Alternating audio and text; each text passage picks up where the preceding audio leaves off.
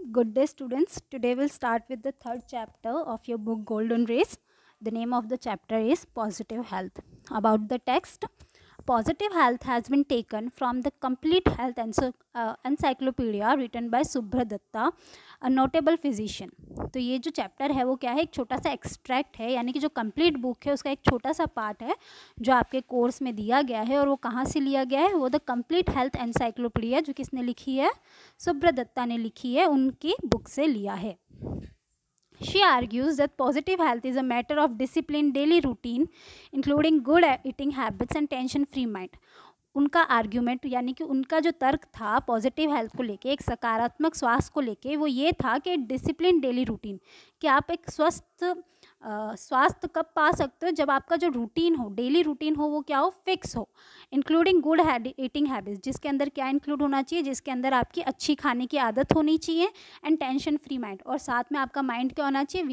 बिना किसी टेंशन के होना चाहिए। यानी कि आप क्या हो? आप मानसिक और शारीरिक दोनों रूप से क्या हो? स्वस्थ हो। तभी आपको क्या मिल सकता है? तभी आपको पॉजिटिव हेल्थ, एक सकारात्मक स्वास्थ्य आप तभी पा सकते हो।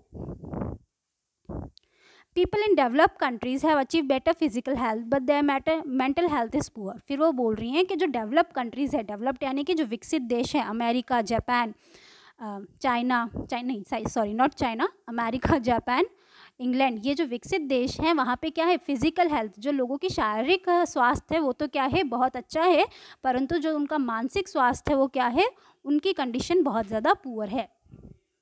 She believes that homemade remedies are effective to treat many diseases, so too much dependence on doctor is undesirable. उनका ये मानना है कि जो घर पे बनी हुई रेमेडीज़ है, रेमेडीज़ यानी कि जो घर पे दादी माँ के नुस्खे जिसे हम बोलते हैं, वो क्या होते हैं? बहुत ज़्यादा इफेक्टिव, बहुत ज़्यादा असरदार होते हैं बहुत सारी डिजीज़ को ट्रीट करने के लिए।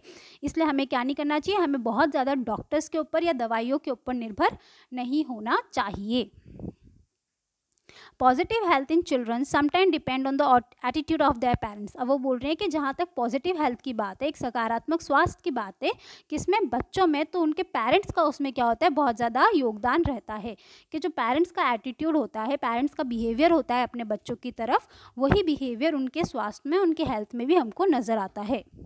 If the parents put too much pressure on their children to achieve instant success, they become distressed and begin to take drugs. और वो बताते हैं कि किस तरह जो प्रेशर होता है, फैमिली प्रेशर, पीयर प्रेशर, किस चीज़ का प्रेशर? अच्छा करने का प्रेशर, फर्स्ट आने का प्रेशर। जब ये प्रेशर बच्चों पे बहुत ज़्यादा, ये जो दबाव होता है, जब पेरेंट्स ये दबाव अपने बच्चों पे बहुत ज़्यादा डालने लगते हैं, तो इससे क्या होता है? बच्चे बहुत ज़्यादा डिस्ट्रेस हो जाते हैं, बहुत ज़्यादा परेशान हो जाते हैं, और वो गलत रास्ते पे चलने लगते हैं। और यही बात हमको यहाँ पे सुब्रत दत्ता ने समझाई है। Let's start with the chapter positive health. Positive का मतलब होता है सकारात्मक, और हेल्थ का मतलब होता है स्वास्थ्य। ठीक है, ये चीज़ आप अच्छे से समझ लीजिए। बार बार मैं स्वास्थ्य या सकारात्मक स्वास्थ्य नहीं बोलूँगी, मैं पॉजिटिव हेल्थ ही बोलूँगी। Health is a positive state of physical and mental wellbeing. सबसे पहले उन्होंने क्या दिया? हमको यहाँ पे हेल्थ की परिभाषा दी है, और उनके हिसाब से हेल्थ क्या है? स्वास्थ्य की क्या परिभाषा है? स्वास्थ्य की परिभाषा ये है कि स्वास्थ्य क्या होता है? Positive state of physical and mental wellbeing. जब आप शारीरिक और मानसिक दोनों रूप से सकारात्मक ओर की तरफ बढ़ रहे हो, या पॉजिटिवली आगे बढ़ रहे हो उसकी तरफ, तो आपको क्या मिलती है? तो आपको एक अच्छी हेल्थ मिलती है। और इसी चीज़ को डिस्क्राइब करते हुए बोल रहे हैं, when we feel secure by being physically healthy and free from disease, by feeling content and by living in a comfortable environment, we are in the state of positive health. अब बोल रहे हैं हम पॉजिटिव हेल्थ कब महसूस कर सकते हैं? हम पॉजिटिव हेल्थ तब महसूस करते हैं जब हम क्या कर रहे हो? सिक्योर फील कर रहे हो। सिक्योर यानी कि जब हम क्या हो? संतुष्ट हो, हम लोगों को किसी प्रकार का डर ना हो। By being physically healthy and free from disease. अब हमको किसी भी प्रकार का डर कब नहीं होता है? जब हम शारीरिक रूप से, फिजिकली यानी कि शारीरिक रूप से क्या हो? स्वस्थ हो। फ्री फ्रॉम एनी डिजीजेज, जब हमको किसी भी तरह की कोई बीमारी ना हो। साथ में हम क्या फील कर रहे हैं? फील कंटेंट, जब हम क्या फील करते हैं? संतुष्ट महसूस करते हैं। And by living in a comfortable और क्लीन एनवायरनमेंट, और जब हम एक स्वस्थ और साफ सुथरे एनवायरनमेंट में, साफ सुथरे पर्यावरण में रहते हैं, जब हम इन चीज़ों को पा लेते हैं, तब हमको क्या मिलती है? तब हमको पॉजिटिव हेल्थ मिलती है। तो अगर हमसे कोई पूछे पॉजिटिव हेल्थ की डेफिनेशन क्या है, तो क्या होता है? पॉजिटिव हेल्थ का मतलब होता है जब आप शारीरिक रूप से हेल्दी हो, फिजिकली हेल्दी होते हैं तब। दूसरा क्या होता है? जब हम कंटेंट होते हैं, क्या होते हैं, संतुष्ट होते हैं। और तीसरा क्या होता है, जब हम किस में रह रहे होते हैं, जब हम एक साफ सुथरे इन्वायरमेंट में, क्लीन इन्वायरमेंट में रहते हैं। जब हमको क्या नहीं होती, ऑब्वियस है, अगर हम क्लीन इन्वायरमेंट में रहेंगे तो हमें क्या होगी, किसी तरह की बीमारी भी नहीं होगी। जब ये तीनों कंडीशन पूरी हो जाती है तब हमको क्या मिलती है, तब हमको एक सकारात्मक स्वास्थ्य हमारा आ पाता है, तब हमारी हेल्थ जो होती है वो एक पॉजिटिवली अच्छी हो पाती है। Our close and harmonious interaction with family members, neighbors and friends help us to stay well mentally. और जहाँ तक मेंटलिटी की बात है तो वो बोल रहे हैं कि close and harmonious interaction, harmonious यानी कि फ्रेंडली, फ्रेंडली यानी कि अच्छा व्यवहार। जब आपका आपके परिवारजनों के साथ, आपके पड़ोसियों के साथ, अपने दोस्तों के साथ जब आपका बिहेवियर क्या होता है, अच्छा होता है, फ्रेंडली होता है, तब जाके आप क्या होते हो, मेंटली भी वेल होते हो, मानसिक रूप से भी स्वस्थ रहते हो। According to this definition very few people in the world enjoy positive health. अब वो बोल रहे हैं कि जो ऊपर डेफिनेशन दी है, परिभाषा दी है, उसके अनुसार इस पूरी दुनिया में बहुत कम लोग हैं, सिर्फ कुछ ही लोग हैं जो क्या है, पॉजिटिव हेल्थ इन्जॉय करते हैं, जो क्या है, मानसिक और शारीरिक दोनों रूप से क्या है, स्वस्थ हैं, जिनकी सकारात्मक स्वास्थ्य जो पा सके हैं। ऐसे लोग क्या है, पूरी दुनिया में बेहद ही कम है। In the rich and developed countries, family ties appear to be weakening, neighbors may be strangers, and friendship is sometimes restricted to the business context. अब वो किसकी बात कर रही है, रिच और डेवलप्ड कंट्रीज़ की, विकसित देशों की बात कर रही है, जो क्या है, अमीर है, अमेरिका है, इंग्लैंड है, ये क्या है, अमीर देश हैं। तो वहाँ की वो बात करती है और वहाँ के बोलती हैं कि वहाँ के जो फैमिली टाइज हैं, यानी कि आपस में लोगों के अपने जो रिश्ते हैं वो क्या होते जा रहे हैं, वीक, कमज़ोर होते जा रहे हैं। नेबर्स में भी स्ट्रेंजर, पड़ोसियों से उनका कोई लेना देना नहीं है, उनके लिए नेबर्स, उनके पड़ोसी क्या है, स्ट्रेंजर्स की तरह, एक अनजान व्यक्ति की तरह हैं। Friendship sometime restricted to business contact, even लोग जो दोस्त है वो भी किस में बनाते हैं, सिर्फ वहीं से बनाते हैं जहाँ से वो क्या कर सके, बिजनेस कर सके, पैसा कमा सके, जो उनके काम आ सके, सिर्फ उन्हीं लोगों को वो क्या करते हैं, दोस्त बनाते हैं। In those countries environmental condition have improved considerably. ये जो कंट्रीज़ है, दोज यहाँ पे किसके लिए यूज़ हुआ है, डेवलप कंट्रीज़ के लिए, विकसित देशों के लिए यूज़ हुआ है। तो वो बोल रहे हैं कि यहाँ की जो पर्यावरण की स्थितियाँ हैं वो क्या हो चुकी है, बहुत ही ज़्यादा बेहतर हो चुकी हैं। एनवायरमेंटल कंडीशन क्या है उनकी, बहुत ही ज़्यादा बेहतर है।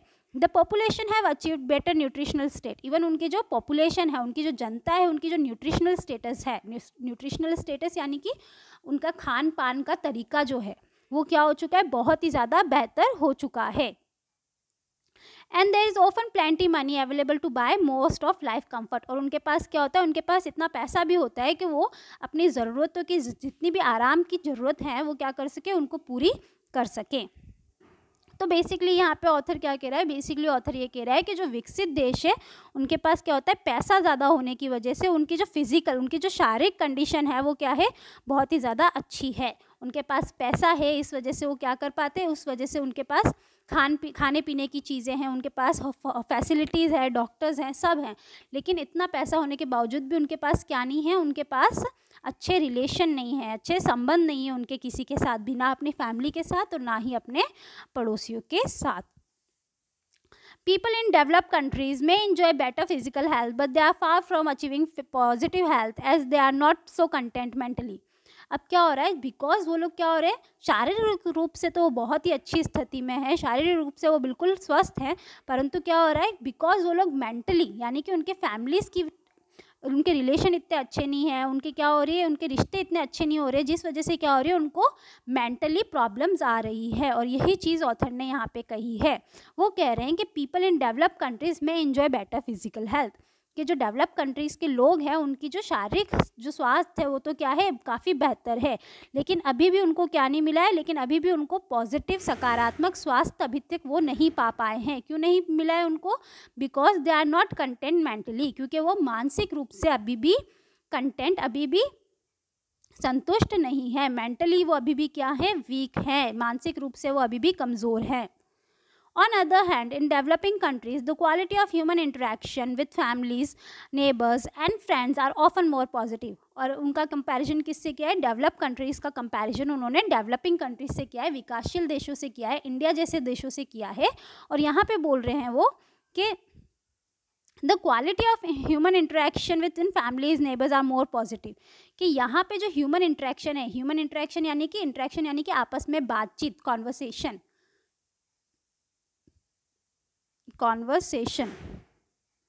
तो बोल रहे हैं कि लोगों के आसपास में जो बातचीत करने का तरीका है, उनका एक दूसरे से बोलने का ढंग है, भले वो खुद की फैमिलीज़ हो, भले वो नेबर्स हमारे पड़ोसी हो या हमारे दोस्त हो, वो क्या है, बहुत ज़्यादा पॉजिटिव है, बहुत ज़्यादा अच्छा है। हमारे रिश्ते क्या होते हैं, हमारे रिश्ते सिर्फ हमारे परिवार के साथ ही नहीं बल्कि हमारे पड़ोसी और हमारे दोस्तों के साथ भी क्या होता है, बहुत अच्छे होते हैं।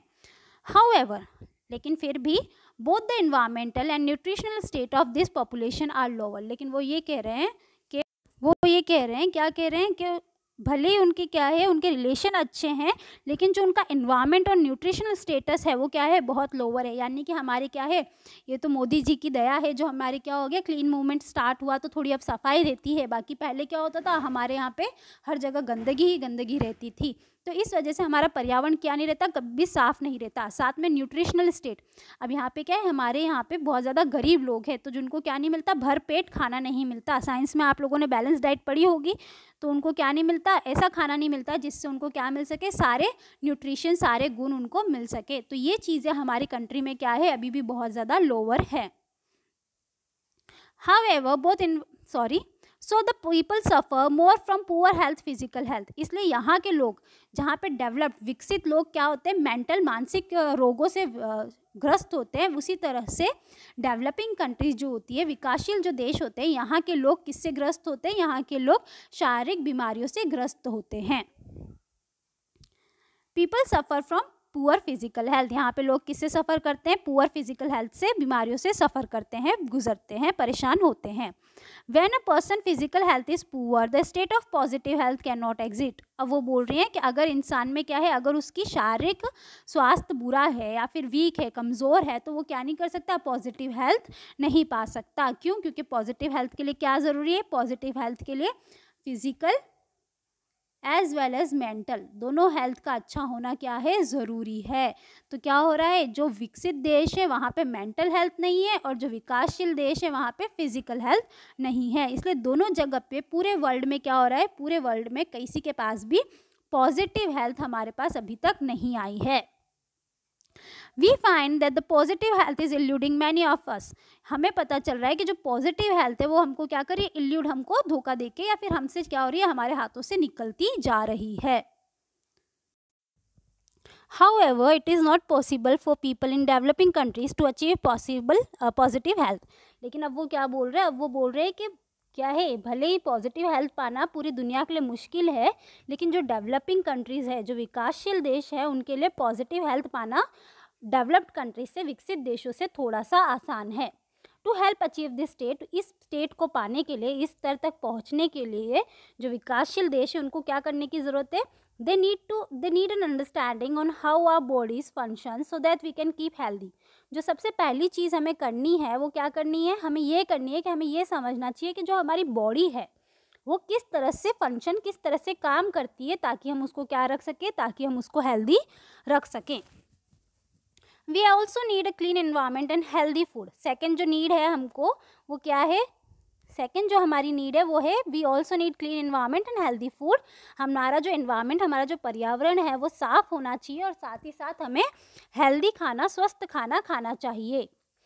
That does not cost too much money. और हमें इस बात का भी ध्यान रखना चाहिए कि जो खाना हम खा रहे हैं उसमें ज़्यादा पैसा खर्च ना हो, वैसा खाना हमें खाना चाहिए। यानी कि ऐसा खाना जो सस्ता भी हो और बहुत सारा न्यूट्रिशन हमको पहुंचाता हो। जैसे पालक है, गाजर है, क्या होती है, इनकी प्राइस ज़्यादा नहीं होती, लेकिन ये क्या होते हैं, बहुत ही ज़्यादा पौष्टिक होते हैं।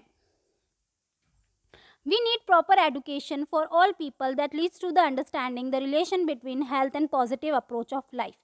और जो थर्ड चीज़ है, थर्ड पॉइंट है, वो क्या है हमारे लिए, we need a proper education. हम लोगों को क्या करना है, सारे लोगों को शिक्षित करना है, उनको ज्ञान देना है, किस चीज़ के बारे में, relationship between health and positive approach of life, कि किस तरह जो हेल्थ है वो हमारी किससे रिलेटेड है, हमारे पॉजिटिव अप्रोच ऑफ लाइफ, कि लाइफ को हम किस तरह से लेते हैं, लाइफ में हम किस तरह से रहते हैं, उससे हमारी हेल्थ पे बहुत ज़्यादा असर पड़ता है। फॉर एग्जाम्पल, अगर आप पौष्टिक खाना खाएंगे तो आपकी क्या होगी, हेल्थ अच्छी होगी। अगर उसी जगह आप जंक फूड खा रहे हो, आप पिज़्ज़ा खा रहे हो, आप बर्गर खा रहे हो, जो क्या होता है बहुत महंगा होता है, लेकिन उससे क्या होता है, आप सिर्फ बीमार ही पड़ते हो।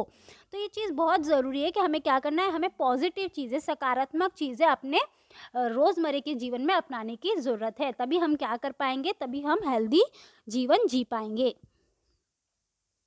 We should remember that contented mind and healthy living can help to keep us free from many diseases. अब वो क्या बोल रहे हैं, अब वो बोल रहे हैं कि कंटेंट माइंड, अगर आप क्या हो, संतुष्ट हो, अगर आपका दिमाग संतुष्ट है और आप क्या रह रहे हो, एक हेल्दी लिविंग, एक अच्छे तरीके से स्वस्थ तरीके से अपनी जो जीवन है वो व्यतीत कर रहे हो, तो आप क्या कर पाओगे, किसी भी तरह की बीमारियों से दूर रह पाओगे. In some way, it is easier for people in developing nation to achieve positive wealth.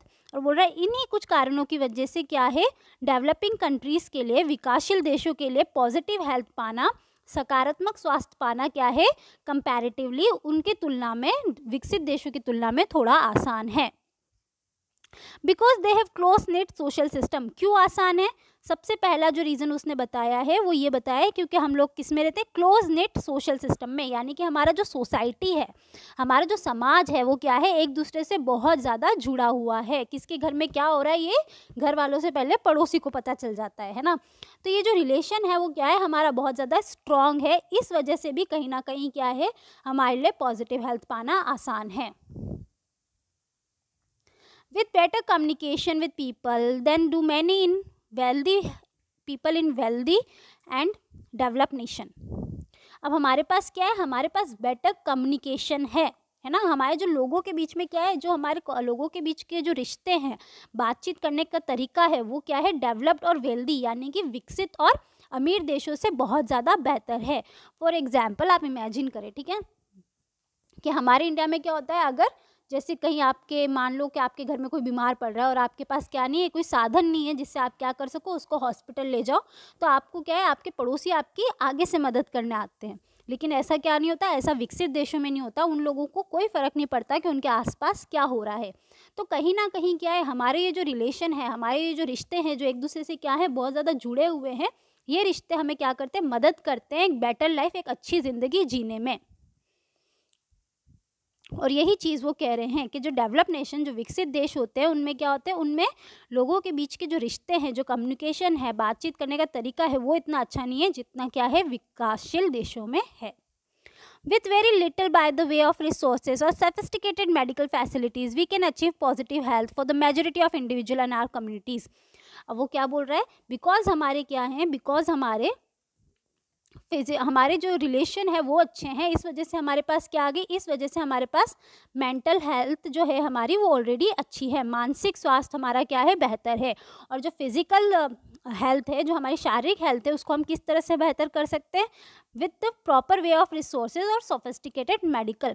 अगर हम क्या करें, रिसोर्सेज का सही यूज़ करें, जो हमारे पास चीज़ें अवेलेबल हैं, ज़रूरत के सामान जो है उनको हम सही तरीके से यूज़ करें, मेडिकल फैसिलिटीज़ का सही यूज़ करें, तो हमारे लिए क्या होगा, तो हमारे लिए पॉजिटिव हेल्थ पाना, विकासशील देशों के लिए एक सकारात्मक स्वास्थ्य पाना क्या हो जाएगा, बहुत ही ज़्यादा आसान हो जाएगा. This does not mean that we do not need medical care. अब वो बोल रहे हैं कि रिसोर्सेज होना काफ़ी, इसका मतलब हम कह रहे हैं कि रिसोर्सेज है तो आपको क्या मिल सकती है, पॉजिटिव हेल्थ मिल सकती है. लेकिन इसका मतलब ये नहीं है कि हमें मेडिकल केयर या फिर बड़ी बड़ी फैसिलिटीज़ की ज़रूरत नहीं है. We definitely need medical care under certain circumstances. और वो बोल रहे हैं कुछ ऐसी स्थिति अक्सर आ जाती है जिसमें क्या हो सकता है, जिसमें दादी माँ के नुस्खे काम नहीं आ सकते, जिसमें हमको किसकी ज़रूरत पड़ती है, बड़े बड़े हॉस्पिटल्स की, बड़े बड़ी मेडिकल फैसिलिटीज़ की ज़रूरत पड़ती है.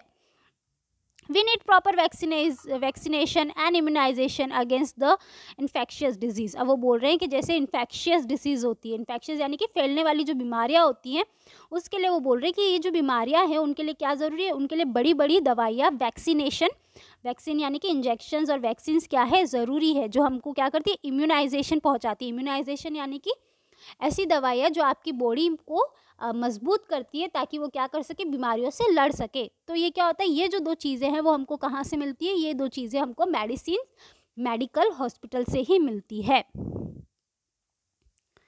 Proper treatment of disease by medical and surgical intervention when required, proper maternal care before and after childbirth, and regular medical checkups after the age of 40 years. अब वो बता रहे हैं कि कहाँ कहाँ पे हमको हॉस्पिटल्स की या बड़ी बड़ी फैसिलिटीज़ की ज़रूरत पड़ती है. तो हमें कहाँ कहाँ पड़ती है, एक तो जहाँ पे इन्फेक्शियस डिजीज़ होती है, यानी कि फैलने वाली जो बीमारियाँ होती है जिसको आप घर पे ट्रीट नहीं कर सकते, वहाँ पे हमको हॉस्पिटल और वैक्सीनेशन की ज़रूरत पड़ती है. फिर जहाँ पे सर्जरी कराने की ज़रूरत पड़ती है, भले वो कैंसर से रिलेटेड हो, ब्रेस्ट से रिलेटेड हो या किसी से भी रिलेटेड सर्जरीज़ होती है, तो वहाँ पे भी हमको किसकी ज़रूरत होती है, बड़ी बड़ी मेडिकल फैसिलिटीज़ की ज़रूरत होती है। फिर मैटरनल केयर, जब बच्चा हो रहा हो या फिर प्रेगनेंसी के टाइम पे भी हमें क्या होता है, पूरी वैक्सीनेशन की ज़रूरत होती है। हर मंथ की क्या होती है, वहाँ पे वैक्सीनेशन होती है। फिर बच्चे के बर्थ के बाद जो इम्पॉर्टेंट केयर मिलती है वो भी हमको कहाँ पे मिलती है, हॉस्पिटल्स में ही मिलती है। वो केयर आप घर पे प्रोवाइड नहीं करा सकते। And regular medical checkup after the 40 years, और 40 ईयर्स के बाद क्या होती है, हमारी बॉडी वीक होने लगती है। तो ऐसे टाइम पे भी 40 ईयर्स के बाद में, 40 ईयर की एज के बाद में हमें क्या ज़रूरत पड़ती है, medical intervention, medical regular checkup की ज़रूरत पड़ती है। However, there is no need to obsess about our health and we should use our own instinct and knowledge to decide when medical intervention is really necessary। पर author क्या कह रहा है कि माना हमें क्या ज़रूरत है, हमें मेडिकल की, मेडिसिन्स की, दवाइयों की ज़रूरत है, लेकिन इसका मतलब ये नहीं है कि हम उसके पीछे क्या हो जाए, ऑब्सेस्ड हो जाए, पागल हो जाए कि हल्का सा बुखार क्या आ रहा है, हल्का सा सर क्या दुख रहा है, हम लोग क्या कर रहे हैं, हॉस्पिटल में जाके बैठ रहे हैं। तो इस चीज़ के खिलाफ हैं। कौन खिलाफ है, हमारे जो ऑथर हैं वो इस चीज़ के खिलाफ है कि हर छोटी छोटी चीज़ों के लिए आप क्या नहीं कर सकते, दवाई नहीं खा सकते। कि आपका थोड़ा सा सर दर्द हो रहा है तो आप डिस्प्रिन ले रहे हो, बुखार आ रहा है तो आप पैरासीटामोल ले रहे हो। तो इन चीज़ के वो क्या हैं, सख्त खिलाफ हैं। उनका ये मानना है कि हमें क्या करना चाहिए, अपनी इंस्टिंक्ट्स के ऊपर, अपने नॉलेज के ऊपर भरोसा करना चाहिए। यानी कि हमें खुद के ऊपर, हमको खुद की अपनी बॉडी का क्या होना चाहिए, ज्ञान होना चाहिए कि हम कितने हद तक क्या कर सकते हैं, कोई बीमारी को सहन कर सकते हैं और कब हमें क्या, किसकी ज़रूरत है, मेडिकल की ज़रूरत है, हॉस्पिटल जाने की ज़रूरत है। While most people in the developed countries enjoy better health, the doctor of those countries attribute to their physical health largely to improve medical facilities। अब वो किसकी बात कर रहा है, वो विकसित देशों की बात कर रहा है कि विकसित देश के जो लोग हैं उनके जो स्वास्थ्य हैं वो क्या है, विकासशील देशों से बेहतर हैं। क्यों बेहतर है, क्योंकि उनके पास क्या है, उनके पास डॉक्टर्स हैं जो क्या करते हैं, जो उनकी फिजिकल हेल्थ में बहुत ज़्यादा कंट्रीब्यूट करते हैं। क्या है, उनके पास ऐसे डॉक्टर्स हैं जो क्या है, पढ़े लिखे हैं और जो क्या करते हैं, उनको सही टाइम पे सही मेडिसिन प्रोवाइड कराते हैं, जिसकी वजह से उनकी हेल्थ क्या होती है, बेटर रहती है। But they tend to ignore other important social factors such as higher standard of education, wealth, nutrition, cleaner environment enjoyed by the most of this population। अब क्या होता है, जब हम इन पॉपुलेशन की बात करते हैं, किसकी, विकसित देशों की जब हम बात करते हैं, तो हम क्या बोलते हैं कि ये जो देश है वो क्या है, ये जो देश है वहाँ पे लोग इसलिए कम बीमार होते हैं या इसलिए उनकी शारीरिक जो स्वास्थ्य है इसलिए अच्छा है क्योंकि उनके डॉक्टर अच्छे होते हैं। लेकिन वो ये बात भूल जाते हैं कि शारीरिक जो स्वास्थ्य है वो आपका सिर्फ डॉक्टर की वजह से अच्छा नहीं होता, बल्कि इसके साथ हमको क्या क्या चाहिए होता है, इसके साथ हम लोगों को अच्छा एनवायरनमेंट भी चाहिए होता है। इसके साथ साथ हमें किसकी ज़रूरत है, इसके साथ साथ हमें अच्छे एनवायरनमेंट की भी ज़रूरत है। जो विकसित देश हैं वहाँ पे क्या है, हायर स्टैंडर्ड ऑफ एजुकेशन, वहाँ पे लोगों में क्या है, एजुकेशन ज़्यादा है, लोग ज़्यादा पढ़े लिखे हैं तो वो खुद की केयर खुद कर पाते हैं। लोगों के पास पैसा है तो वो क्या कर पाते हैं, ज़रूरत का सामान खरीद पाते हैं, पौष्टिक आहार ले पाते हैं, उनका जो एनवायरनमेंट है, उनका पर्यावरण भी क्या है, क्लीन है। तो ये सारी चीज़ें क्या करती है, ये सारी चीज़ें उनके better health, better physical health, better शारीरिक स्वास्थ्य में मदद करती है।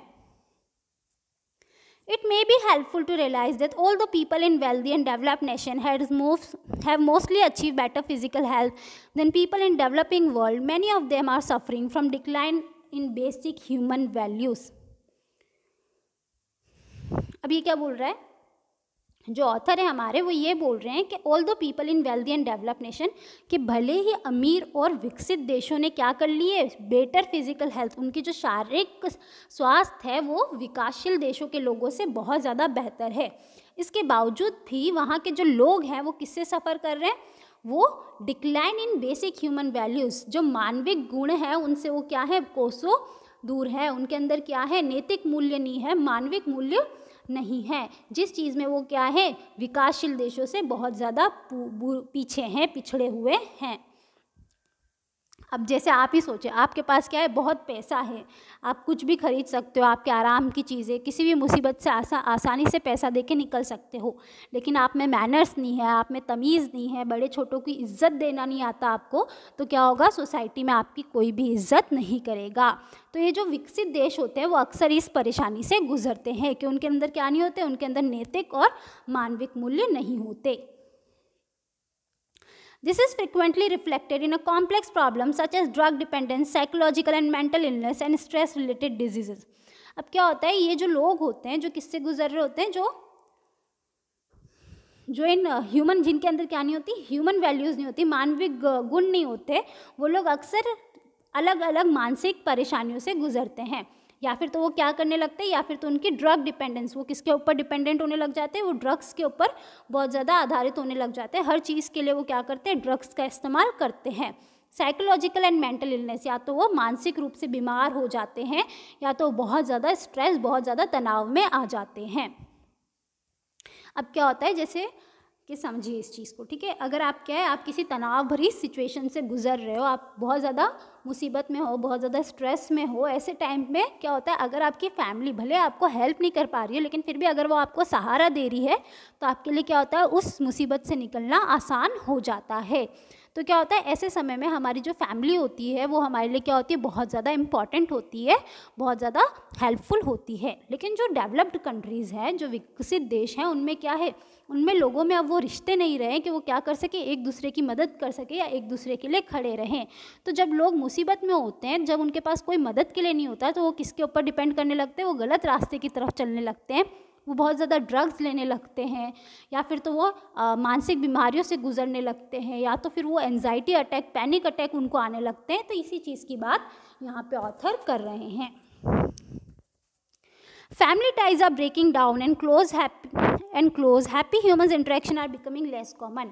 वो क्या बोल रहे हैं, family ties are breaking down. हम देखेंगे, हम अक्सर देखते हैं कि वेस्टर्न कंट्रीज़ में क्या होता है, जो फैमिलीज़ होती है वो अक्सर ब्रोकन होती है, मतलब शादी के बाद डिवोर्स हो जाते हैं, बच्चे कोई पापा के साथ रह रहे हैं, कोई मम्मी के साथ रह रहे हैं, या फिर तो हमारे दादा दादी से हमारा कोई रिश्ता नहीं रहता, हम लोग किसी से बात नहीं करते, अंकल आंटी से हमारा कोई लेना देना नहीं होता। तो ये सारी चीज़ें क्या है, वेस्टर्न कल्चर में बहुत ज़्यादा कॉमन है।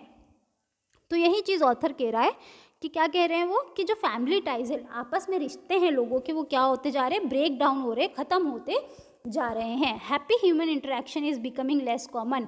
इवन क्या हो रहा है, हम लोगों को आपस में एक दूसरे से हैप्पीली बातचीत करते हुए भी आजकल नहीं देख पा रहे हैं। लोग एक दूसरे से खुश होकर आजकल बात भी नहीं करते हैं। To cope with this difficult situation, people often turn to psychoanalyst और psychiatrist for professional help.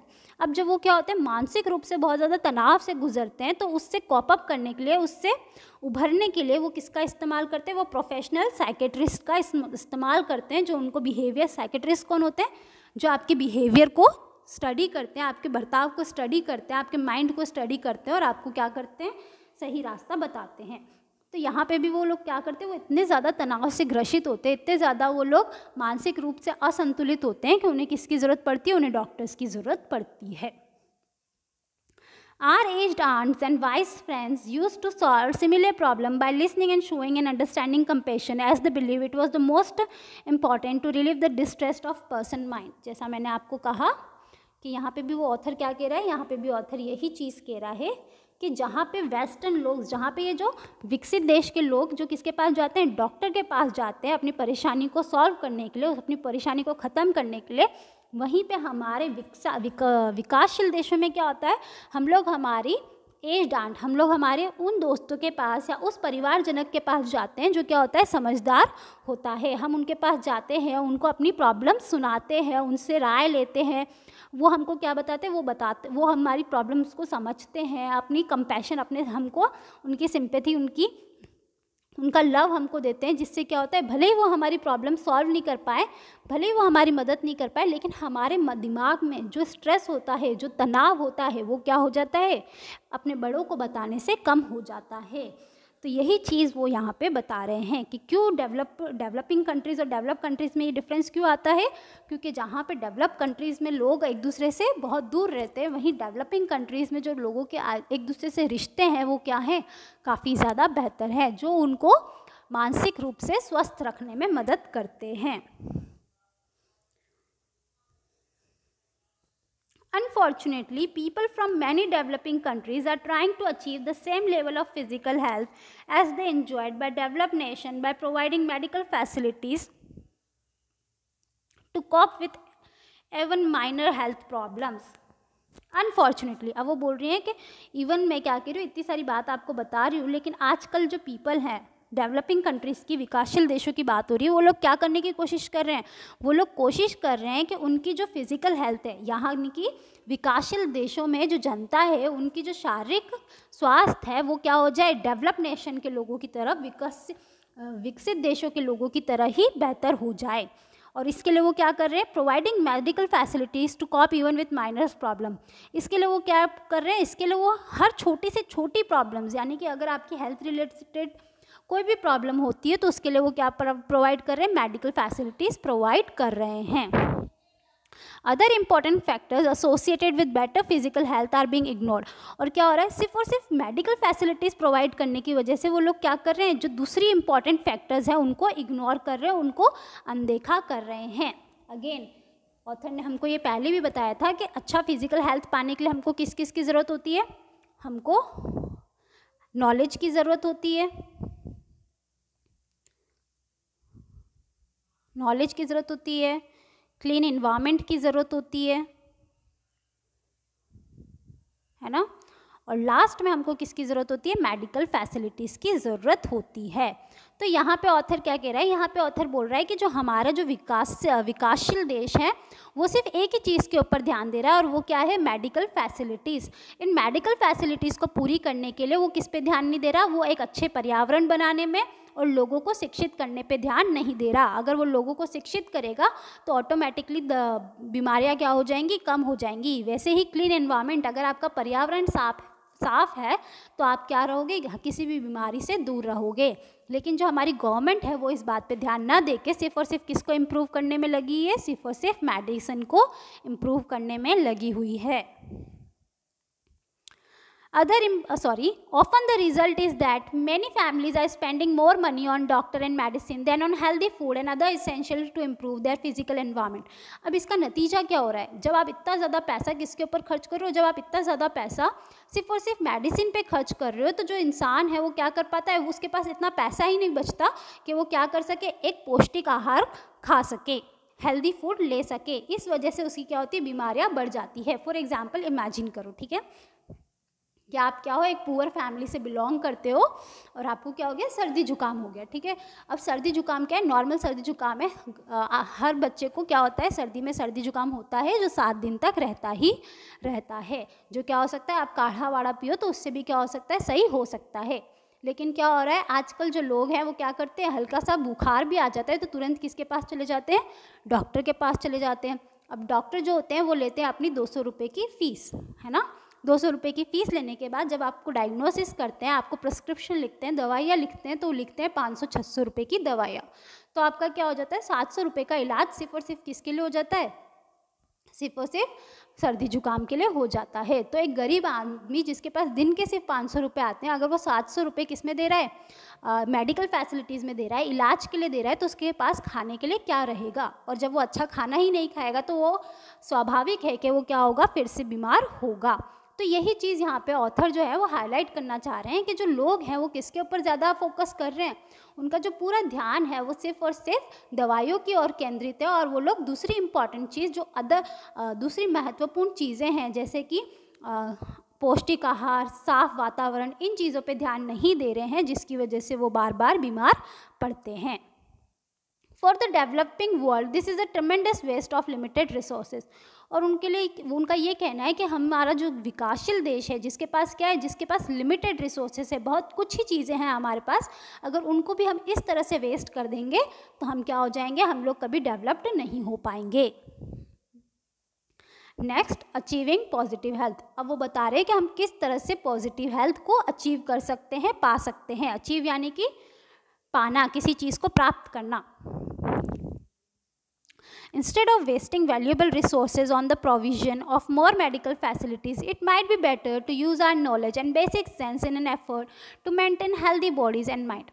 Author यहाँ पे क्या कह रहा है, ऑथर बोल रहा है कि हम लोगों के पास जो रिसोर्सेज है, रिसोर्सेज कुछ भी हो सकता है, पैसा हो सकता है या फिर पानी हो सकता है, कुछ भी चीज़ जो रिसोर्सेज होती है, ठीक है, वो बोल रहा है कि हम लोग जो अपने रिसोर्सेज है, वैल्यूएबल यानी कि बहुत अमूल्य रिसोर्सेज है, उनको मेडिकल के पीछे या फिर दवाइयों की फैसिलिटीज़ के पीछे वेस्ट करने से बेहतर ये होगा कि हम लोग अपना नॉलेज, अपना ज्ञान और अपना कॉमन सेंस का इस्तेमाल करें, ताकि हम क्या कर सकें, अपनी बॉडी और माइंड को हेल्दी रख सकें। बेसिकली वो बोल रहा है कि हमें क्या करना चाहिए, हमें खुद को हमारी बॉडी के बारे में, हमारे बारे में पता होना चाहिए कि हमें हर चीज़ के लिए मेडिकल फैसिलिटीज़ की ज़रूरत ना लेनी पड़े। फॉर एग्जाम्पल, अब वो इस चीज़ का एग्जाम्पल दे रहे हैं, learning the value of good nutrition food for health and teaching this to children. सबसे पहले हमें क्या करना चाहिए, सबसे पहले हमें हमारे बच्चों को, हमारे माँ बाप को, अगर माँ बाप पढ़े लिखे हैं तो वो बच्चों को पढ़ाएं, और बच्चे पढ़े लिखे हैं तो अपने माँ बाप को समझाएं कि जो मेडिसिन्स है, जो दवाइयाँ हैं, उससे भी ज़्यादा ज़रूरी क्या होती है, उससे भी ज़्यादा ज़रूरी होती है गुड न्यूट्रिशन, एक भरपूर भोजन, पौष्टिक आहार। वो क्या होता है हमारे लिए, किसी भी दवाइयों से ज़्यादा ज़रूरी होता है। And we should use our indigenous simple home remedies to solve simple health problem related to, instead of relying simply on modern drugs which are often very expensive। और उनका ये मानना है कि हमें क्या करना चाहिए, जो हमारी बीमारियां है ना, उनको सॉल्व करने के लिए, उनको ख़त्म करने के लिए ड्रग्स, मॉडर्न ड्रग्स यानी कि दवाइयाँ, ड्रग्स यहाँ पे किसके लिए यूज़ हुआ है, मेडिसिन्स के लिए यूज़ हुआ है। तो ये कह रहे हैं कि हर छोटी छोटी बीमारियों के लिए हमें किसका प्रयोग नहीं करना है, हमें दवाइयों का प्रयोग नहीं करना है, जो अक्सर क्या होती है, एक्सपेंसिव होती है, महंगी होती है। इसकी जगह हमें क्या करना चाहिए, इंडिजिनियस यानी कि जो हमारे घरों से जो बरसों से चली आ रही नुस्खे हैं, दादी माँ के नुस्खे जैसा मैं कह रही हूँ, उनका इस्तेमाल करके अपनी हेल्थ प्रॉब्लम को सॉल्व करना चाहिए। जैसा कि हमने देखा है ना, कान में दर्द होता है तो हम सरसों का तेल और ये डालते हैं, सर्दी होती है तो हम सिका हुआ लहसुन खाते हैं या काढ़ा पीते हैं। तो ये सारी चीज़ें क्या हैं, ये सारी चीज़ें क्या हैं, हेल्थ प्रॉब्लम से बचने के तरीके हैं। जैसे अभी सर्दी चल रही है तो सर्दी में हम क्या बनाते हैं, सर्दी के लड्डू बनाते हैं, तो वो भी किसके लिए है, वो भी इसीलिए हैं ताकि हमें क्या नहीं खानी पड़े, मेडिसिन, महंगी महंगी दवाइयाँ ना खानी पड़े। तो इसी चीज़ को ऑथर क्या कर रहा है, प्रमोट कर रहा है, इसी चीज़ को वो बढ़ावा दे रहा है कि आपको दवाइयाँ खाने से बेहतर है कि आप क्या करो, आप ऐसी चीज़ें खाओ। अक्सर क्या होता है, दवाइयाँ खाने से क्या होता है कि आप दवाइयों पे इतने ज़्यादा डिपेंडेंट हो जाते हो कि आपकी बॉडी के लिए वो दवाइयाँ क्या हो जाती है, एक टाइम के बाद असर करना बंद हो जाती हैं। तो बहुत ज़रूरी है कि आप क्या करो, दवाइयों का इस्तेमाल ना करो। And remember, most drugs have side effect which can be more dangerous than the disease itself. अब वो क्या कह रही है कि इस बात का भी आपको ध्यान रखना चाहिए कि जो दवाइयाँ आप ले रहे हो उनमें से बहुत सारी दवाइयाँ ऐसी होती है जिनके क्या होते हैं, साइड इफ़ेक्ट्स होते हैं, उसका कोई बुरा असर आपकी बॉडी पे पड़ता है, जो कि कभी कभी बीमारियों से भी ज़्यादा खतरनाक होता है। In nature, animals are not influenced by the media campaign as they trust their own instinct। अब यहाँ पे जो ऑथर है वो मीडिया कैंपेन से क्या कहना चाहता है, मीडिया कैंपेन से ऑथर का ये मतलब है कि आजकल के लोग क्या होने लगे, आजकल टीवी देखने लगे हैं, इंटरनेट देखने लगे हैं, सोशल मीडिया यूज़ करने लगे हैं, तो वो लोग क्या करते हैं, वो लोग टीवी में जो चीज़ें देखते हैं अक्सर वो चीज़ों को अपना लेते हैं। जैसे टीवी में बता रहे हैं कि हाँ भाई ये शैम्पू अच्छा है तो ये शैम्पू ले लिया, ये क्रीम अच्छा है तो वो क्रीम ले लिया। उसी तरह दवाइयाँ भी आती हैं, जैसे पेट खराब होने के लिए इनो ले लिया, या फिर है ना अलग अलग दवाइयाँ आती है वो ले ली। जबकि देसी तरीका क्या होता है, पेट सफाई करने का, छाछ पी लो, आपका पेट ऑटोमेटिकली सफाई हो जाता है। तो यही चीज़ वो कहना चाह रहे हैं कि क्या होने लगा है, हम जो आजकल के लोग हैं वो क्या कर रहे हैं, मीडिया को देख देख के, टीवी पे देख देख के ज़्यादा से ज़्यादा अपनी चीज़ों को छोड़ के बस इन मेडिकल फैसिलिटीज़, इन दवाइयों की तरफ बढ़ते जा रहे हैं। अब देखते हैं ऑथर क्या कह रहे हैं। In nature, animals are not influenced by media campaign and they trust their own instincts। अब वो कह रहे हैं कि जो एनिमल्स, जो जानवर हैं, जो क्या है, उन्होंने आज तक कभी टीवी नहीं देखी, मीडिया में कैंपेन्स यानी कि क्या एडवर्टाइजमेंट आ रहे हैं, उन्होंने आज तक ये चीज़ें कभी नहीं देखी। उनकी जो जीवन है वो किसके ऊपर रिलाई करता है, खुद की इंस्टिंक्ट्स के ऊपर रिलाई करता है। इंस्टिंक्ट्स मतलब क्या होता है, इंस्टिंक्ट्स मतलब खुद की स्वाभाविकता बोल दो या वृत्ति बोल दो, ठीक है, कि उनकी क्या होता है, उनकी वो है ना कैंपेन्स या किसी और या मीडिया को देख के वो चीज़ पे वो डिपेंडेंट नहीं होते, वो खुद की सोच पे, खुद की वृत्ति पे क्या करते हैं, भरोसा करते हैं। तो nature has given each animal the power to monitor its own body and maintain normal health. अब वो बोल रहे हैं कि जो नेचर है, यानी कि भगवान मान लो या जो हमारा इन्वायरमेंट है वो मान लो कि नेचर ने क्या दिया है, हर एक जानवर को, हर एक एनिमल को ये पावर दिया है कि वो क्या कर सके, वो खुद की बॉडी को मेंटेन कर सके। यानी कि उसके पास ये पावर होता है कि वो क्या कर सके, अपने खुद की बॉडी के स्वास्थ्य को, अपने खुद के शरीर को स्वस्थ रख सके। एज एन एग्जाम्पल, इसका एग्जाम्पल उन्होंने दिया है कि जानवर अपने शरीर को कैसे स्वस्थ रखते हैं। Salt is an essential element required by all animals. वो कहते हैं कि जो सारे जानवर हैं उनके अंदर जो नमक की मात्रा होती है वो क्या होती है, बहुत ज़्यादा हाई होती है, बहुत ज़्यादा हायर होती है। Wild animal in the forest like rhinoceros, elephant और deer try to find place where salt is present in the soil। तो ये जो नमक की मात्रा है इसको पूरी करने के लिए जो वाइल्ड एनिमल होते हैं, कैसे वाइल्ड एनिमल, जो जंगली जानवर होते हैं जैसे कि राइनोसोर्स हो गया, एलिफेंट हो गया, डियर हो गया, ये अक्सर ऐसी जगह ढूंढते हैं जहाँ की जो मिट्टी है, जो सॉइल है उसमें क्या हो, उसके अंदर सॉल्ट, उसके अंदर नमक हो। They regularly lick the soil to get the exact amount of salt their body is needed. और वो क्या करते हैं, वो उस मिट्टी को तब तक चाटते हैं जब तक उनकी जो बॉडी में नमक की ज़रूरत है वो पूरी नहीं हो जाती, तब तक वो उस मिट्टी को चाटते हैं। They eat only the require amount of food and never suffer from obesity as we human do. और वो बताते हैं कि किस तरह जो जानवर होते हैं वो क्या करते हैं, सिर्फ उतना ही खाना खाते हैं जितने की उनको ज़रूरत होती है। वो क्या करते हैं, कभी भी उनकी ज़रूरत से ज़्यादा खाना नहीं खाते और कभी भी ओबेसिटी, मोटापे से ग्रसित नहीं होते, जैसा कि हम ह्यूमंस होते हैं। अक्सर देखा है ना तुम लोगों ने, ह्यूमंस, इंसान जंक फूड खा खा के, पिज़्ज़ा बर्गर खा खा के मोटे हो जाते हैं।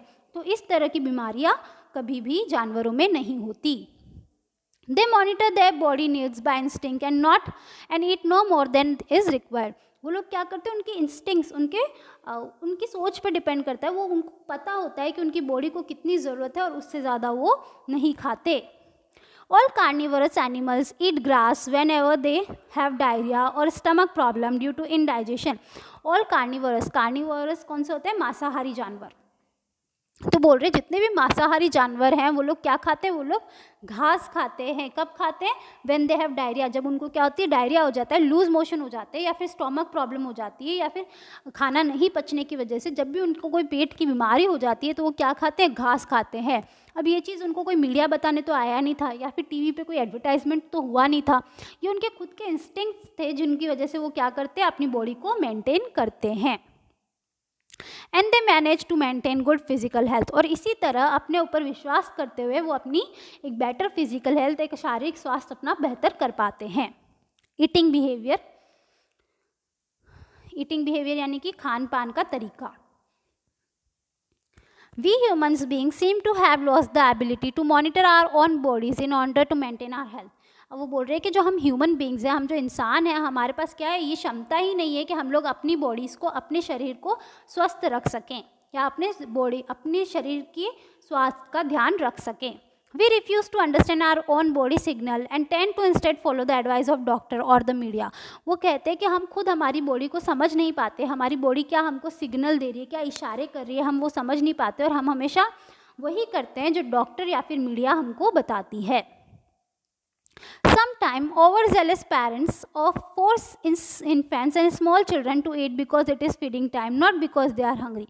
और इसका एग्जाम्पल क्या दे रहे हैं, ओवरजेलस पेरेंट। ओवरजेलस यानी कि जो ज़्यादा ओवर प्रोटेक्टिव पेरेंट्स होते हैं ना, जो अपने बच्चों को सब देना चाहते हैं, वो क्या करते हैं, वो अक्सर अपने इन्फेंट्स, छोटे बच्चों को खाना तब खिलाते हैं जब उनका क्या होता है, खाने का टाइम होता है, तब नहीं खिलाते हैं जबकि क्या हो, वो भूखे हों। तो ये क्या है, ये बेसिकली यही कहना चाहता है कि हम लोग क्या कर रहे हैं, हम लोग हमारी बॉडी को फोर्स कर रहे हैं, हम लोग क्या कर रहे हैं, अपनी बॉडी को फोर्स कर रहे हैं कि वो किसके अकॉर्डिंग चले, वो मीडिया के अकॉर्डिंग या टीवी में देख के या फिर कहीं आपने जो पढ़ा है उसके अनुसार चले, इंस्टेड कि आपके खुद के अनुसार। जैसे मान लीजिए कि आपके घर में सिस्टम है कि आप क्या कर रहे हो, आपको 9 बजे ब्रेकफास्ट लेना ही लेना है, लेकिन अगर आपको भूख ही नहीं लग रही और फिर भी आप खा रहे हो तो उससे आपको क्या होगा, उससे आपको बॉडी को तकलीफ ही होगी, उससे आपके पेट में क्या होने लगेगा, या तो दर्द होने लगेगा या आपको वॉमिटिंग होने लगेगी। तो हमें ये चीज़ें समझनी चाहिए कि हमारी बॉडी को, हमारे शरीर को किस समय किस चीज़ की आवश्यकता है। अगर आपको प्यास लग रही है लेकिन आप उस समय पानी नहीं पी रहे हो क्योंकि आपका फिक्स टाइम है कि हम 12 बजे ही पानी पियेंगे, तो ये सही नहीं है। तो यही चीज़ ऑथर कह रहा है कि आपको किसके अनुसार चलना चाहिए, अपनी इंस्टिंक्ट, आपकी बॉडी, आपका शरीर जो मांग रहा है उसके हिसाब से चलना चाहिए। और children may be fed more than their bodies demand और need because some book dictates how much food a baby requires. और कभी कभी क्या होता है, कुछ ज़्यादा पढ़े लिखे लोग होते हैं, कुछ ज़्यादा पढ़े लिखे पेरेंट्स होते हैं, वो अक्सर क्या करते हैं कि वो अपने बच्चों को जितना ज़रूरत होता है उससे भी ज़्यादा खिला देते हैं। क्यों? क्योंकि उन्होंने कहीं किसी किताब में पढ़ा होता है कि कम से कम बच्चे को इतना खाना तो खिलाना ही चाहिए, जो क्या है, गलत है। क्यों गलत है? क्योंकि हर बच्चा अपने में क्या है, अलग है, विभिन्न है, इंडिविजुअल डिफरेंस जिसे हम कहते हैं। हर बच्चा क्या है, एक दूसरे से अलग है। कोई एक रोटी खा के किसी का पेट भर जाता है और किसी का 4 रोटी में भी पेट नहीं भरता। तो हम क्या नहीं कह सकते, हम एक एवरेज बेसिस पे किसी बच्चे को जज नहीं कर सकते। यही चीज़ यहाँ पे समझाई है।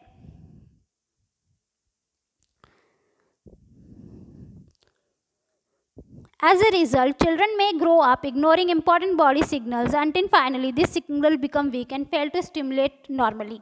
अब क्या होता है, जब हम हमारी बॉडी को फोर्स करने लगते हैं अपने अकॉर्डिंग, है ना, जब हमारे शरीर पे दबाव डालने लगते हैं, तो धीरे धीरे क्या होता है, हमारे शरीर के खुद के जो इंस्टिंक्ट्स होते हैं, जो हमारे शरीर के सिग्नल्स होते हैं, इशारे होते हैं, जैसे भूख लगने पे हमारा पेट गुड़गुड़ करता है ना, लेकिन अगर हम क्या कर रहे हैं, हम इन चीज़ों को इग्नोर कर रहे हैं, हम सिर्फ अपने ही हिसाब से चल रहे हैं, तो धीरे धीरे क्या होगा, धीरे धीरे ऑटोमेटिकली वो चीज़ें क्या होने लगेंगी, बंद होने लगेंगी। ये जो इशारे होते हैं, ये सिग्नल्स होते हैं, वो क्या हो जाते हैं, वीक हो जाते हैं और आपकी बॉडी किसी भी चीज़ से स्टिमुलेट, किसी भी चीज़ से असर करना बंद कर देती है। पीपल देन आइदर ईट फार टू मच और टू लिटिल। और फिर ऐसे केस में क्या होता है, ऐसे केस में या तो लोग बहुत ज़्यादा खा लेते हैं या तो लोग बहुत कम खाते हैं। जैसे कि एक अच्छी बॉडी रखने के लिए क्या ज़रूरी है, एक अच्छी बॉडी रखने के लिए बैलेंस डाइट का बहुत ज़रूरत है। लेकिन क्या होता है, कुछ फिगर कॉन्शियस गर्ल होती है, जैसे यहाँ पे लिख के रखा है, लड़के अपना फिगर मेंटेन करने के लिए या लड़के अपना जिम मेंटेन करने के लिए क्या करते हैं, खाना ढंग से नहीं खाते हैं। जैसे लड़के जिम जा रहे हैं तो क्या करेंगे, सुबह 1 अंडा, शाम को 1 अंडा या दूध, बस इसके अलावा कुछ नहीं, और सुबह से लेकर शाम तक क्या करते हैं, जिम में बॉडी बनाते हैं। तो उससे क्या होता है, बहुत ज़्यादा एनर्जी निकलती है और एनर्जी मिलती उनको कुछ नहीं है। सेम वे गर्ल्स के साथ भी होता है, जो फिगर मेंटेन करने के लिए क्या करते हैं, खाना नहीं खाते हैं। तो वो बोल रहे हैं कि ये चीज़ें क्या हैं, ये चीज़ें गलत हैं। आपको अपनी बॉडी को वो चीज़ देनी चाहिए जो वो क्या कर रही है, डिमांड कर रही है। And fail to eat precise amount of food requires for the body. जैसा कि मैंने कहा, जब वो ऐसा करते हैं तो वो क्या नहीं दे पाते, अपनी बॉडी को, अपने शरीर को उतना ज़्यादा खाना नहीं दे पाते जितना उसको डेवलप करने के लिए, उसके बढ़ने के लिए ज़रूरी है। However, if we change our attitude and learn to trust our own body signals from the beginning, we can have proper nourishment in the correct amount and thus enjoy good health.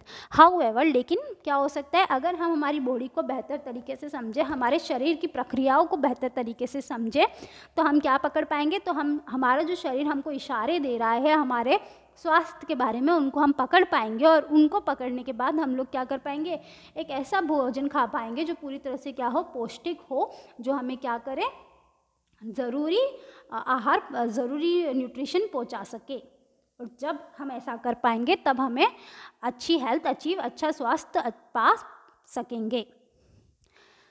Expectations and responsibility. By instincts most parents love and care for the children. अब क्या होता है कि वो बोल रहा है कि एक्सपेक्टेशंस एंड रिस्पॉन्सिबिलिटी, आपकी क्या उम्मीद होनी चाहिए और आपके क्या कर्तव्य होने चाहिए, आपकी क्या रिस्पॉन्सिबिलिटीज़ होनी चाहिए। तो by instinct most parent love and care for the children. हर पेरेंट, हर माँ बाप अपने बच्चों से क्या करते, प्यार करते हैं, उनके लिए केयर करते हैं, उनके लिए परवाह करते हैं।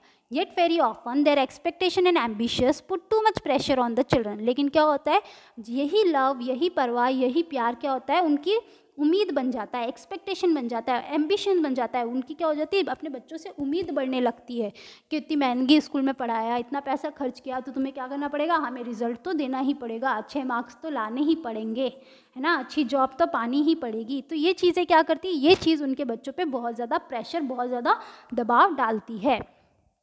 When the children cannot reach the level of parents' ambition, they can suffer from tremendous frustration and stress. और क्या होता है, जब बच्चे अपने माँ बाप की आशाओं को, अपनी माँ बाप की आकांक्षाओं को पूरा नहीं कर पाते, तो वो क्या हो जाते हैं, बहुत ज़्यादा फ्रस्ट्रेटेड, बहुत ज़्यादा स्ट्रेस में आ जाते हैं, बहुत ज़्यादा तनाव में आ जाते हैं, उनको समझ में नहीं आता कि वो क्या करें। This may lead to drug experimentation and other related behavior such as avoiding the realities of the situation. जब वो इतने ज़्यादा तनाव में आ जाते हैं, इतनी ज़्यादा एंजाइटी, इतनी ज़्यादा स्ट्रेस में आ जाते हैं, तो वो लोग क्या करते हैं, वो अलग तरीका ढूंढते हैं जिससे वो क्या कर सके, अपना तनाव मिटा सके। वो गलत रास्ते की तरफ बढ़ने लगते हैं, ड्रग्स लेने लगते हैं, सिगरेट्स का इस्तेमाल करने लगते हैं, अल्कोहल का इस्तेमाल करने लगते हैं, घूमने फिरने निकल जाते हैं, अपने परिवार से दूरी बनाने लगते हैं। तो ये सब क्या है, ये सब उस स्ट्रेस को ख़त्म करने का, उस तनाव को ख़त्म करने का उनका तरीका है। और वो लोग क्या करते हैं, ये उनका तरीका क्यों, वो ऐसी चीज़ें क्यों अपनाने लगते हैं, क्योंकि वो रियलिटी से, वो सच्चाई से भाग रहे होते हैं।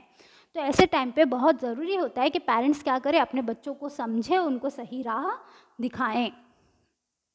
From the beginning, children should be allowed to develop in their own natural happy way within the control of paternal love, guidance and care without too much of pressure. अब इस चीज़ को कैसे सॉल्व करें, इस चीज़ के लिए बहुत ज़रूरी है कि जो माँ बाप है वो क्या करें, अपने बच्चों को अलाउ करें कि वो अपने हिसाब से क्या हों, बड़े हों।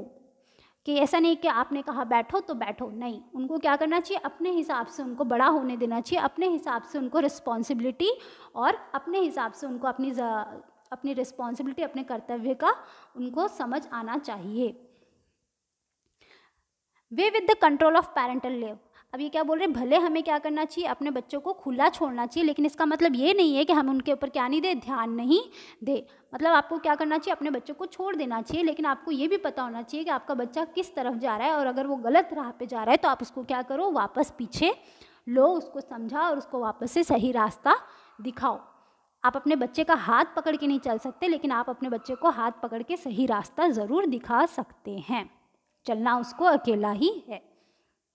तो यही चीज़ ऑथर बोल रही है कि जो पेरेंट्स हैं उनको क्या करना चाहिए, अपने बच्चों को बहुत ही प्यार से कंट्रोल नहीं करना चाहिए, उनको गाइड करना चाहिए, उनको निर्देश देने चाहिए, उनको गाइड करना चाहिए कि उनको कहाँ जाना चाहिए, किधर जाना चाहिए, कैसे करना चाहिए, उनको केयर, उनको परवाह करनी चाहिए विदाउट टू मच प्रेशर, बिना किसी दबाव के। A change of some conventional parental attitude may help to prevent many cases of drug dependence and other adolescent problem. अब वो क्या बोल रहे हैं, वो बोल रहे कन्वेंशनल पेरेंट्स एटीट्यूड, जो बरसों से रूढ़िवादी जो तरीके चले आ रहे हैं बच्चों को बड़ा करने की, कि हम कह रहे हैं खड़े हो जाओ तो खड़े हो जाओ, बैठ जाओ तो बैठ जाओ, इन चीज़ों को बदलने की ज़रूरत है।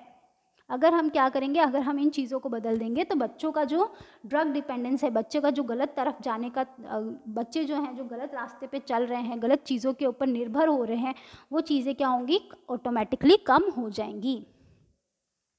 We should also understand our parental responsibility to the world environment. और साथ ही साथ हमें किसके बारे में सोचना चाहिए, हमें हमारे इन्वायरमेंट, हमें हमारे पर्यावरण के बारे में भी, अपने कर्तव्यों के बारे में सोचना चाहिए कि हमारे पर्यावरण को लेके क्या क्या कर्तव्य हैं। Remember that the living space of this world is limited and we must have enough space for our future generation to live happily. हमें इस चीज़ का हमेशा ध्यान रखना चाहिए कि इस पूरे वर्ल्ड में रहने की जो जगह है, ज़मीन है, वो क्या है, लिमिटेड है, बहुत कम है। और हमें हमेशा इस बात का ध्यान रखना चाहिए कि हम उस ज़मीन का इस तरह इस्तेमाल करें कि जो हमारे आने वाली फ्यूचर जनरेशन है, जो हमारे आने वाले बच्चे हैं, उनके पास इनफ स्पेस, उनके पास इतनी जगह रहे कि वो लोग भी आराम से हैप्पीली रह सकें। To achieve that aim, we must practice family planning and limit the birth rate by having only 1 or 2 children per couple. अब यहाँ पे क्या दिक्कत हो रही है मैं बताती हूँ। जैसे समझिए कि आप क्या है, आपकी फैमिली है, आपके पापा के पास क्या है, 1 एकड़ लैंड है, 1 एकड़ का लैंड है, ठीक है।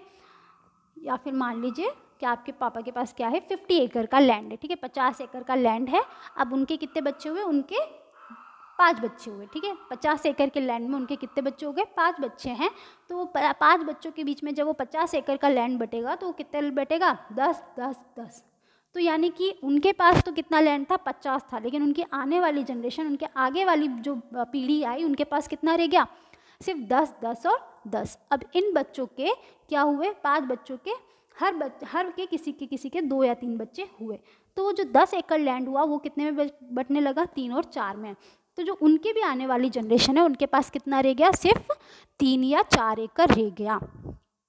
तो इस तरह से क्या हो रहा है, इस तरह से हम लोग क्या करें, ज़मीन का इस तरह से इस्तेमाल कर रहे हैं कि अब ज़मीन ज़्यादा बची ही नहीं है। तो इसलिए यहाँ पे ऑथर बोल रहा है कि हमें क्या करना पड़ेगा, हमें इस तरह से जीना पड़ेगा कि हम क्या कर सके, इतनी ज़मीन बचा सके कि हमारे आने वाले बच्चों को भी इन चीज़ों का फ़ायदा मिल सके। टू अचीव दैट टाइम, और इस चीज़ को पूरा करने के लिए सबसे ज़्यादा क्या ज़रूरी है, फैमिली प्लानिंग ज़रूरी है कि आपके घर में कितने बच्चे हैं, कितने फैमिली मेम्बर्स आ सकते हैं, ये चीज़ क्या है, बहुत ज़्यादा ज़रूरी है। और फैमिली प्लानिंग कैसी होनी चाहिए कि एक कपल के, यानी कि एक जो जोड़ी है उसके ज़्यादा से ज़्यादा 1 या 2 बच्चे ही होने चाहिए, उससे ज़्यादा बच्चे नहीं होने चाहिए। इवन गवर्नमेंट ने भी क्या कर दिया है, गवर्नमेंट में भी ये रूल है कि अगर आप सरकारी नौकरी कर रहे हो तो आपके 3 से ज़्यादा बच्चे नहीं होने चाहिए। तो इस तरह से वो क्या ज़रूरी है, फैमिली प्लानिंग बहुत ज़रूरी है, ताकि क्या हो, आपके आने वाले बच्चों को भी उतनी ही चीज़ें मिले जितनी आपको मिली है। Between each birth, there should be a gap of 3 or 4 years so that each child is not deprived of right and sufficient parental love and care.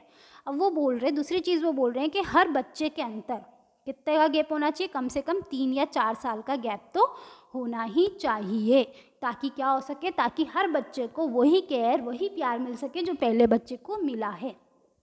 Suppose कीजिए कि अगर आपके बच्चे कितने में हो रहे हैं, 1-1 साल के अंदर हो रहे हैं, तो क्या होता है, पहला बच्चा 1 साल का नहीं होता, बोलना नहीं सीखता, चलना नहीं सीखता, इससे पहले क्या होता है, एक और बच्चा आ जाता है।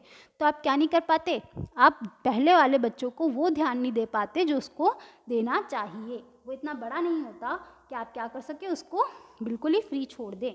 तो क्या ज़रूरी है, बहुत ज़रूरी है कि आप क्या करें, हर बच्चे के अंदर कम से कम 3 या 4 साल का गैप रखें। Family planning really means family welfare as it helps to keep women healthy enough to contribute to a happy home environment. अब जो फैमिली प्लानिंग है उसका रिलेशन किससे है, फैमिली वेलफेयर, फैमिली के सुरक्षा से है, फैमिली के अच्छे रहन सहन से है। क्यों, क्योंकि क्या है, अगर फैमिली प्लानिंग होगी तो क्या होगी, घर की लेडीज़ जो है, ऑब्वियसली फैमिली किससे बढ़ती है, वुमन से बढ़ती है। बर्थ कौन देता है, वुमन देती है, ठीक है। अगर उनके बच्चे में क्या है, 1 या 2 साल का गैप है, 3 या 4 साल का गैप है, तो जो वुमन है, जो औरत है, उनको भी क्या मिलेगा, टाइम मिलेगा कि वो क्या कर सके, वापस रिकवर कर सके, उनकी जो बॉडी है वो वापस से क्या हो सके, न्यूट्रिशन से भर सके, वापस से वो स्वस्थ हो सकें।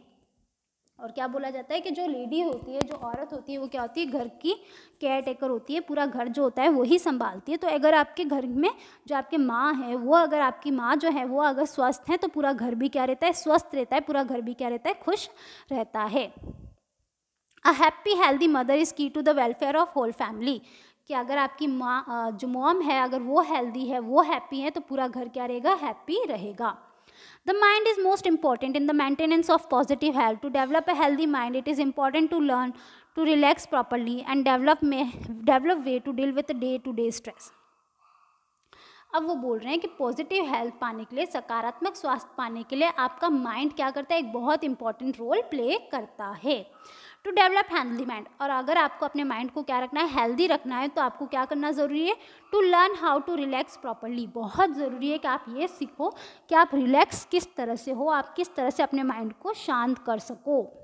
ये चीज़ सीखना आपके लिए क्या है, बहुत ज़रूरी है। And way to deal with day to day stress, और साथ में साथ आपको ये भी सीखना चाहिए कि आप रोज़मर्रा की तकलीफ़ों, रोज़मर्रा की टेंशन से किस तरह से, रोज़मर्रा के तनाव के किस तरह से बच सकते हो। Many diseases such as high blood pressure, some heart problem as thought to be related to stress. Even क्या है, बहुत सारी जो हाई ब्लड प्रेशर और हार्ट प्रॉब्लम है वो अक्सर किसकी वजह से होती है, वो अक्सर तनाव की वजह से ही होती है। So by using relaxation technique you may avoid many health problem. तो अगर आपके पास एक बेहतर आराम करने की टेक्निक होगी, एक तरीका होगा जिससे आप रिलैक्स हो सके, तो आप इस तरह से बहुत सारी परेशानियों से बच सकते हैं। However, even when we enjoy good health, disease may occur. अब वो बोल रहे हैं कि भले ही हमारी हेल्थ अच्छी हो, है ना, हमारा स्वास्थ्य अच्छा हो, फिर भी हम किससे ग्रसित हो सकते हैं, फिर भी हम बीमारी से ग्रसित हो सकते हैं। According to the international static, each person is at risk of becoming sick और injured about twice an year on an average. अब वो बोल रहा है कि according to the international statistics, ये स्टैटिस्टिक निकाला गया था जिसमें कहा गया था कि हर इंसान पूरे साल में कम से कम 2 बार तो बीमार और 2 बार तो इंजर्ड, जख्मी होता ही होता है। It is important to deal with any sickness और injury in realistic intelligent way without panic. और ये बहुत ज़रूरी होता है कि आप किसी भी तरह की बीमारी या किसी भी तरह के इंजरी ज़ख्म को क्या करो, एक रियलिस्टिक वे में, एक सही तरीके से उसका सामना करो विदाउट गेटिंग पैनिक, बिना घबराए। अब जैसे कि फॉर एग्जाम्पल आपके क्या हो रहा है, आपके सामने कोई एक्सीडेंट हो गया, ठीक है, तो उस समय आप क्या करोगे, अगर आप घबरा जाओगे तो शायद आप किसी की भी मदद ना कर पाओ। लेकिन अगर आप नहीं घबराते हो तो आप में क्या है, आपको पता है कि किस तरह से आप क्या कर सकते हो, जिन लोगों की ज़रूरत है उनको फर्स्ट एड दे सकते हो, उनके है ना उन छोटा मोटा इलाज कर सकते हो, मतलब पट्टी बांध दे सकते हो जिनकी ज़रूरत है, किसी को लगी है तो उसको आप CPR दे सकते हो। तो इस तरीके से आप क्या कर सकते हो, उनको बचा सकते हो। तो ये बहुत ज़रूरी है कि अगर किसी को लग रही है या कोई मुसीबत के साथ कोई बीमार हो रहा है तो उस समय आप घबराएं नहीं और सही डिसीजन लें। Knowledge of the body should help you to manage an emergency situation before contacting a doctor for a proper medical management when necessary. Same चीज़ यहाँ पे बोल रहे हैं, वो क्या बोल रहे हैं कि अगर आपके पास बॉडी को लेके नॉलेज है, ज्ञान है कि किस तरह से हमारी बॉडी वर्क करती है, तो आप इमरजेंसी सिचुएशन में क्या कर पाओगे, जब तक डॉक्टर आ रहा है उससे पहले आप बेसिक ज़रूरत जो लोगों की ज़रूरत है उसकी आप पूरी कर पाओगे। एनी मेडिकेशन और ड्रग्स सच एज एंटीबायोटिक्स और strong painkiller need to be monitored by doctor और other qualified person in health profession. Any medication और ड्रग्स, आप कोई भी मेडिसिन ले रहे हो, कोई भी ड्रग आप ले रहे हो, भले वो एंटीबायोटिक हो, भले वो पेन किलर्स हो, लेकिन आपको इस बात का बहुत ध्यान रखना चाहिए कि आप कोई भी दवाई बिना डॉक्टर की राय के, बिना डॉक्टर की सलाह के आप उन दवाइयों को ना लें। So this was your chapter positive health. Basically यहाँ पे ऑथर क्या कह रहा है, बेसिकली यहाँ पे ऑथर हमको एक ही चीज़ कह रहा है कि पॉजिटिव हेल्थ आपको कब मिल सकती है, पॉजिटिव हेल्थ आपको तभी मिल सकती है जब आप शारीरिक और मानसिक दोनों रूप से क्या हो, दोनों रूप से स्वस्थ हो। शारीरिक रूप से आप स्वस्थ कैसे हो सकते हो और मानसिक रूप से स्वस्थ कैसे रहते हो, जब आप शारीरिक रूप से स्वस्थ कब होते हो, जब आपको किसी भी तरह की कोई बीमारी ना हो, आप साफ़ सुथरे इन्वायरमेंट में रहते हो, आप अपनी ज़िंदगी से संतुष्ट हो, आपके पास आराम की चीज़ें हों, तो आप क्या हो, फिजिकली फिट हो, तब आप क्या हो, शारीरिक रूप से स्वस्थ हो। और मेंटली कैसे स्वस्थ रहते हो, जब आपके पास कोई टेंशन नहीं हो, किसी तरह का स्ट्रेस नहीं हो, किसी तरह की एंजाइटी नहीं हो, जब आप क्या हो, आपको रिलैक्स करना आता हो, जब आप अपने फैमिली से, अपने रिलेटिव से अच्छे रिलेशन में हो, तब आप क्या होते हो, मेंटली भी हेल्दी रहते हो। और सर हमको ये कहता है कि अगर हमको क्या करना चाहिए, हमको ज़्यादा मेडिसिन्स के ऊपर डिपेंडेंट नहीं रहना चाहिए, हमें हमारी बॉडी के ऊपर भरोसा करना चाहिए, उसको किसकी कितनी ज़रूरत है। यही चीज़ यहाँ पे ऑथर ने हमको समझा रखी है। अगर हम क्या कर रहे हैं, अगर हम फिजिकली और मेंटली दोनों तरीके से हेल्दी है, तभी हमको क्या मिल सकती है, पॉजिटिव हेल्थ मिल सकती है। Thank you.